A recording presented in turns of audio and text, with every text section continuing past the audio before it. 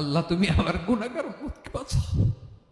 এই দুনিয়ার বুকে রব্বুল আলামিন সব নবীকে একটা করে দাওয়া মুস্তাজাবা দিয়েছেন, মানে যে দোয়া করলে কবুল হয়ে যায় সাথে সাথেই। দুনিয়ার সব নবীরা ওই দোয়াটা দুনিয়ায় করে ফেলেছে। বিশ্বনবী বলবেন, আল্লাহ ওই স্পেশাল দোয়াটা দুনিয়াতে করি নাই, আজকে আমি তোমার দরবারে দাঁড়িয়ে কিয়ামতের দিন ওই দোয়াটা করছি। আল্লাহ আমার যে উম্মতের হৃদয়ে যাররা পরিমাণ ঈমান আছে, আমার একটা উম্মতকেও তুমি জাহান্নামে ঢুকাতে পারবা না।